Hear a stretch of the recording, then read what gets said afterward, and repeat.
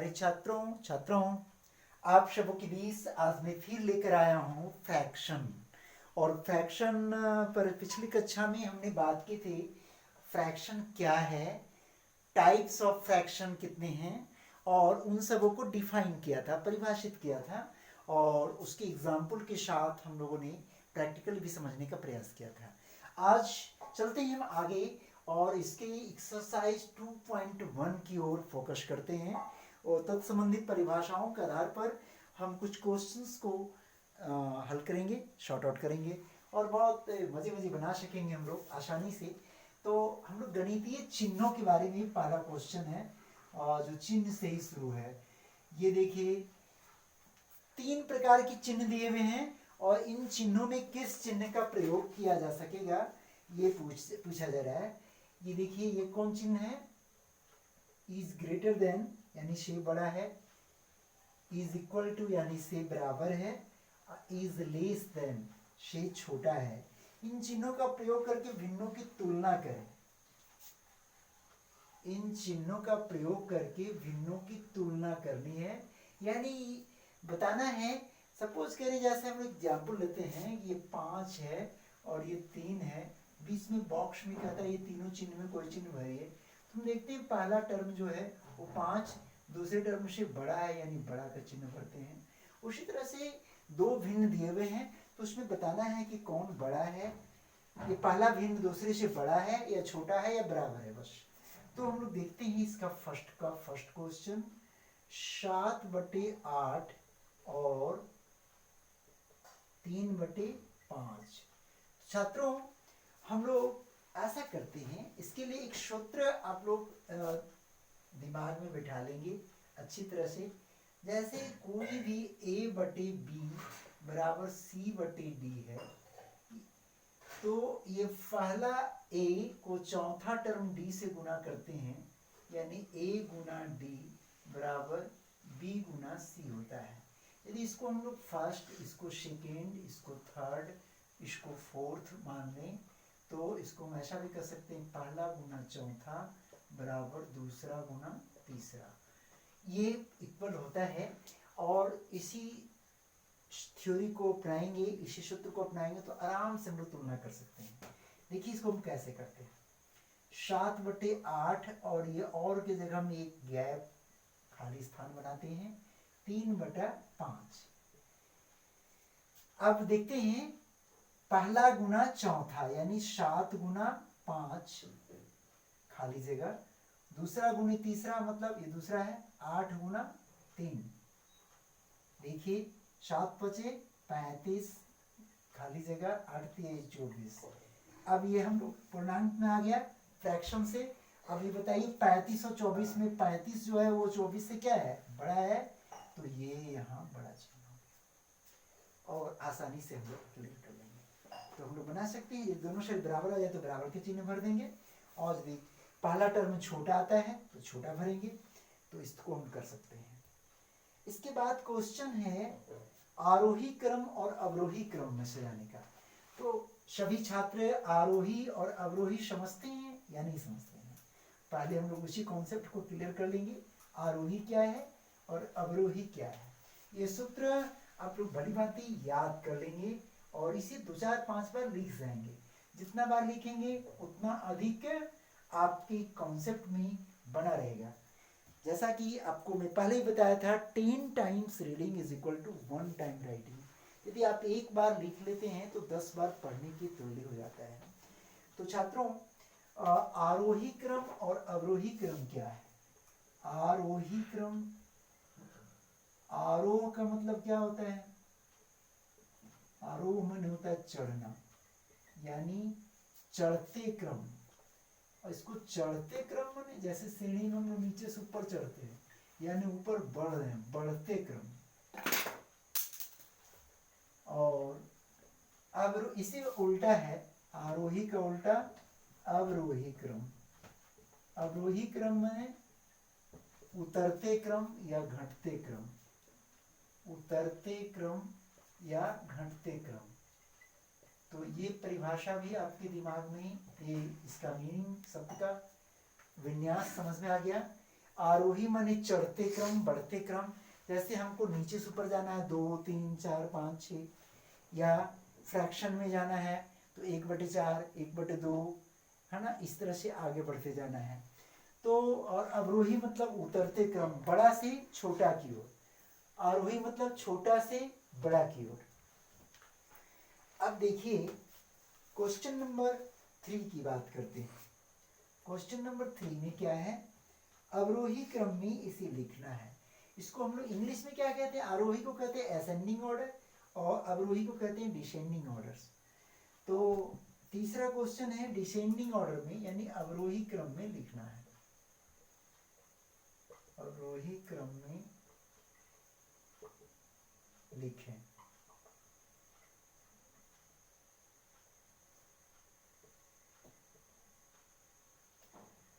कैसे बनेगा, इसके लिए कई 2 क्वेश्चन है और दोनों क्वेश्चन में हम लोग कोई भी क्वेश्चन नहीं देख सकते, दूसरा ही देखते हैं। दूसरा है 7/11, 8/13, फिर है 1/4, फिर है 5/7 और 11/13। छात्रों, आरोही या अवरोही क्रम दोनों में से किसी क्रम में सजाने के लिए दिए गए सभी भिन्नों को समाहार करके हम बना सकते हैं। एक दूसरा तरीका है कि सभी भिन्नों को दशमलव भिन्न में बदल दें। दशमलव भिन्न में बदल करके उसके मान को हम पता लगा सकते हैं कि कौन इसमें बड़ा है और कौन छोटा है। समाहार करने के लिए भी भिन्नों के हरों को समान कर देना है, और जब समान कर देंगे, थोड़ा ये क्वेश्चन बड़ा है, समय कुछ थोड़ा सा लग जाएगा इसमें, तो समाहार करके भी इसको भिन्नों के रियल वैल्यू को हम पता कर सकते हैं। और यदि समाहार कर लेते हैं तो बहुत आसानी से सभी को फिर हम क्लियर कर लेंगे। तो हम चलते हैं, समाहार करके ही बनाते हैं। सामान्यतः इसी सूत्र का प्रयोग करते हैं हम लोग हैं। समाहार करने पर बहुत कम लिखना है, 11 13 4 7 और हर, यानी हर समाहार करने पर नहीं, समाहार करने के लिए हम लोग शुरू करते हैं यहां से। हरों का लसन, हरों का लसन, ये हर का मतलब हम अभी पिछली कक्षा में बताए थे डिनोमिनेटर। हर का मतलब हल बैल से नहीं है, वो हल खेतों में चलने वाला अलग है। तो ये हरों का लसा यानी अंश जो ऊपर है और नीचे हर है, तो नीचे वाली पार्ट का लसा निकाल रहे हैं। तो ये क्या है, 11 13 4 7 और 13 का लसा निकालेंगे। तो 11 13 4 7 और 13, 2 जगह 13 आ गया है ना, हाँ 2 जगह 13 है। तो हम लोग इसका एलसीएम निकालते हैं और देखते हैं इसमें 13 कॉमन है, तो 13 से डिवाइड करेंगे, 11 1 4 7 1। और अब इसमें और कोई संख्या से भाग लगने की संभावना है क्या, 11 से सिर्फ इसमें लग रहा है, 4 से सिर्फ इसमें, 7 से इसमें, इसीलिए लसा हो जाएगा। थोड़ी बड़ा क्वेश्चन है, 13 गुना 11 गुना 1 से करें या ना करें, गुना 4 गुना 7, तो 13 गुना 11 कितना होगा, 13 130 और 13 143, 143 को फिर 7 चौके 28 से गुना करना होगा। 143 को 28 से, 28 3 84, 28 चौके 112 और 84 था, इसमें हासिल 8 था, 112 8 120 और 28 से कम 28, तो 120 में हासिल 12 रह गया था, 28 और 12 40, तो बहुत बड़ी संख्या आ गई। अब हम लोग क्या करेंगे, 4004 आ गया, 28 84, हाँ, तो बहुत बड़ी संख्या आ गई है। अब इसमें हम कैसे काम करेंगे देखिए,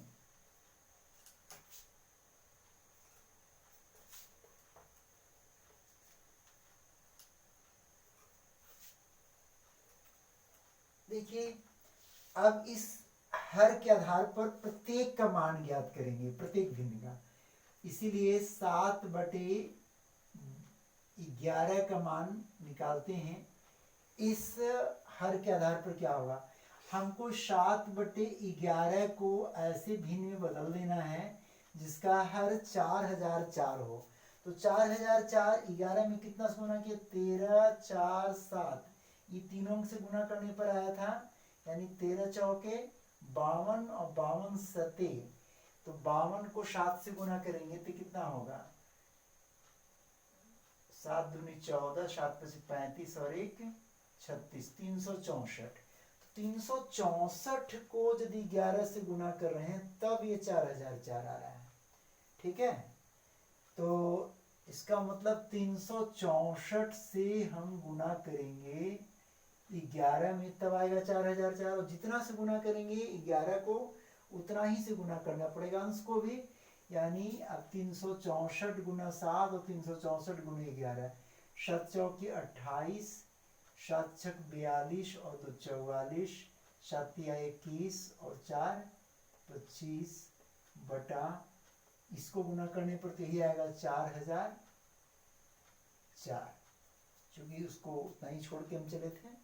उसी तरह से 8/13, 8/13 का मान 8/13, अब 13 में कितना से गुना करें, तो 13 को छोड़ दीजिए, बाकी इतनी संख्या से गुना करेंगे तो 4004 आ जाएगा। तो 11 चौके 44 सते 4 सते 28, 44 सते हम लोग देख लें, 4 सते 28, 4 सते 28 हो 2 30, यानी 308 से गुना करना होगा। अब तो 308 से ऊपर भी करना होगा। अब 8 8 64 हासिल 60 8006 और 8 दिया 24, 24 64 बटा, इसको गुना करने पर भी आएगा 4004। थोड़ा घबराएंगे नहीं, ये क्वेश्चन थोड़ा बड़ा है और ये शुरू में ही आ गया, शुरू में फिगर क्वेश्चन है तो ज़्यादा आसानी से समझ में आती है, हम लोग थोड़ा सा जंप कर सकते थे। खैर चलिए इसको भी समझते हैं। तीसरा भिन्न था आपका, वो है 1/4, 1/4, 1/4 को कितना से गुना करें कि 4004 आ जाएगा। तो 4 को 4004 लाने के लिए ये देखिए 13 11 7 ये सभी से गुना करना पड़ेगा, यानी 1001 से गुना करना होगा। 1001 चौके 1000 चौके 4000, 1 चौके 4, तो 1001 से ऊपर भी करना पड़ेगा, 1001 एकम 1001 बटा 4004। इसी तरह से अगली संख्या जो है 1/4 के बाद है 5/7, 2 और है, बस तुरंत आंसर पर पहुंच जाएंगे हम लोग। दूसरी अगली संख्या है 5/7, 5/7, तो 5/7 ऊपर नीचे गुना करेंगे, 7 को कितना से करें, 7 को छोड़ देते हैं, तो यहाँ इतनी संख्या से गुना करना होगा तब 4004 आएगा। 11 चौके 44 गुने 13, तो 44 गुने 13 कितना होगा, 13 चौके 52, 13 चौके 52 और 5 57, यानी 572। 572 से गुना करते हैं 7 में तो होगा 4004, और ऊपर हो जाएगा 5 गुने 572 सेम संख्या, तो 5 दूनी 10, 5 सते 35 36, 5 बचे 25 और 3 ना, 5 सते 35 36 था, 5 बचे 25 और 3 28, तो इस प्रकार 2860/4004 है। यहाँ तक समझ रहे होंगे आप सभी। केवल हम क्या कर रहे हैं, इसको तुलनात्मक रूप से सभी का हर समान कर रहे हैं। और अंतिम जो फ्रैक्शन है आपका है 11/13, 11/13, तो ये तो आसान है, हम लोग 13 वाला कर चुके हैं। 11/13, 13 में कितना से गुना किए थे, 308 से 4004 आता, 308 से इसको भी करना होगा, 308, और 308 को 11 से गुना करो, 11 8 88, 11 0 0 हासिल 8 और 11 तिया 33, और अब देखिए इसको गुना करने पर आएगा वही 4004। अब तुलना कीजिए, ये 7/11 बदल के हमने लिखा 2548/4004, 8/13 को ये लिखा।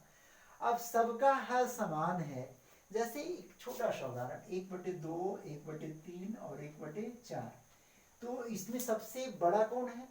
एक रोटी का 2 भाग, एक रोटी का 3 भाग, एक रोटी का 4 भाग। तो ये 2 भाग करेंगे तो आधा हो जाएगा, 3 भाग करेंगे तो आधा से भी कम होगा, 4 भाग करेंगे तो 1 कोना हो जाएगा। तो सबसे बड़ा इसमें 1/2 है, जिसका मान सबसे हर में कम है, अंश सब बराबर है तो हर में जिसका कम है उसका मान बड़ा हो गया। अब इसको उलट के देखें, हम लोग 4/3, 5/3 और 7/3, सबका हर समान है। 4 रोटी का या 4 रुपये का 3 ही भाग, 5 रुपये का 3 भाग, 7 रुपये 3 भाग। तो बड़ा कौन होगा? जिसका अंश ज्यादा है, यदि हर समान है। तो इसमें देखिए सबसे अंश बड़ा किसका है? 25, 48, 24, 64, 1001, 2860, 3388। तो सबसे बड़ा मान आ रहा है, देखिए यहाँ 3388। तो 3388 सबका चूंकि हर समान है तो सबसे बड़ा ये हुआ या ये हुआ, मतलब 11/13 हुआ। उसके बाद इससे छोटा है 2860, हाँ 2860 है तो ये आ जाएगा। और इसके बाद फिर 2548 आएगा, और उसके बाद 2464 आएगा, और सबसे लास्ट में 1001। तो अब देखेंगे हम लोग, तुलना करते हैं हरों की। तो लिखते हैं, चूंकि 3388/4004 सबसे बड़ा, और हमको लिखना था अवरोही में, यानी सबसे बड़ा पहले, उसके बाद उससे छोटा, उसके बाद 2860/4004, उसके बाद है ये 2548/4004, उसके बाद कौन है 2464/4004, और उसके बाद है 1001/4004। अब ये किसका मान है? 3388/4004 है मान किसका? 11/13 का। ये किसका मान है? 2860 5/7 का है, 5/7। थोड़ा यहाँ जगह कम मिल रहा है। उसके बाद ये 2548/4004 किसका मान है? 7/11 का मान है। और ये 2464 किसका मान है? 8/13 का है। हम इसको ऊपर लिख देते हैं तो ज्यादा क्लियर होगा, या इधर लिखते हैं। ये शुरू वाला मान है 11/13 का। उसके बाद ये मान किसका? 2860/4004, 2860 यहाँ देखिए 5/7 का है। और इसके बाद है 2548 7/11 का है, 2464 8/13 का है, और लास्ट में 1001 1/4 का है। तो सबसे बड़ा ये निकला हीरो, सबसे छोटा हीरो ये निकला, और इस प्रकार ये अवरोही क्रम में हमारा सज गया। थोड़ा क्वेश्चन लंबा था, कई मान थे, और सबसे बड़ी बात यह कि सबका लसा जो आया वो एक बड़ी संख्या आ गया, इसीलिए थोड़ी सी परेशानी आपको समझने में हो रही होगी। हालांकि समझ जाते हैं इसको तो हम लोग आसानी से छोटे बड़े सभी क्वेश्चन को बना सकते हैं।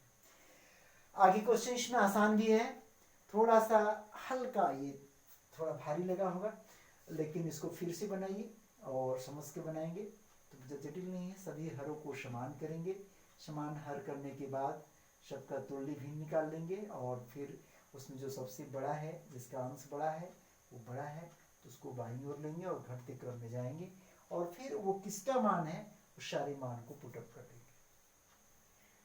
तो छात्रों, इसी प्रकार से हम लोग इस चैप्टर के क्वेश्चंस को हल कर सकते हैं। आज हम लोग इसके 5 तक के क्वेश्चन बनाएंगे, जहाँ भिन्नों के जोड़ तक है, जो सिंपल जोड़ है हम लोग क्लास 3-4 से पढ़ते आ रहे हैं। तो और उसके बाद हम लोग अगली कक्षा में फिर बनाएंगे शेष क्वेश्चन 6 से लेकर के आगामी 9-10 तक क्वेश्चन है। तो एक कक्षा और लेंगे और इसको सॉर्ट आउट करेंगे। तो इसमें रिव्यू की कोई विशेष बातें नहीं रह गई है, सभी प्रश्नोत्तर था, और हमने कुछ प्रश्नों को हल किया है। तो हम सीधे होमवर्क की ओर चले। होमवर्क आज का जो होगा वो एक्सरसाइज 2.1 का क्वेश्चन नंबर 1 to 5 आप तैयार करेंगे। तो आप इसे तैयार करके आइए। 2 कक्षाएं हम लोग लिए हैं। इसके बाद की अगली कक्षा में ये चैप्टर लगभग कंप्लीट हो जाएगा और बहुत आप इजी फील करेंगे। इसके बाद का चैप्टर जो आएगा वो भिन्नों का गुणन, और उसको हम लोग विथ फिगर देखेंगे और मस्ती से, और फिगर में हम इसको और कंसेप्ट क्लियर करेंगे। कैसे फ्रैक्शन है, फ्रैक्शन को हम कैसे चित्र में दिखाएंगे, और चित्र से कैसे फ्रैक्शन बनाएंगे, फ्रैक्शन से कैसे चित्र बनाएंगे। That's all. Thank you.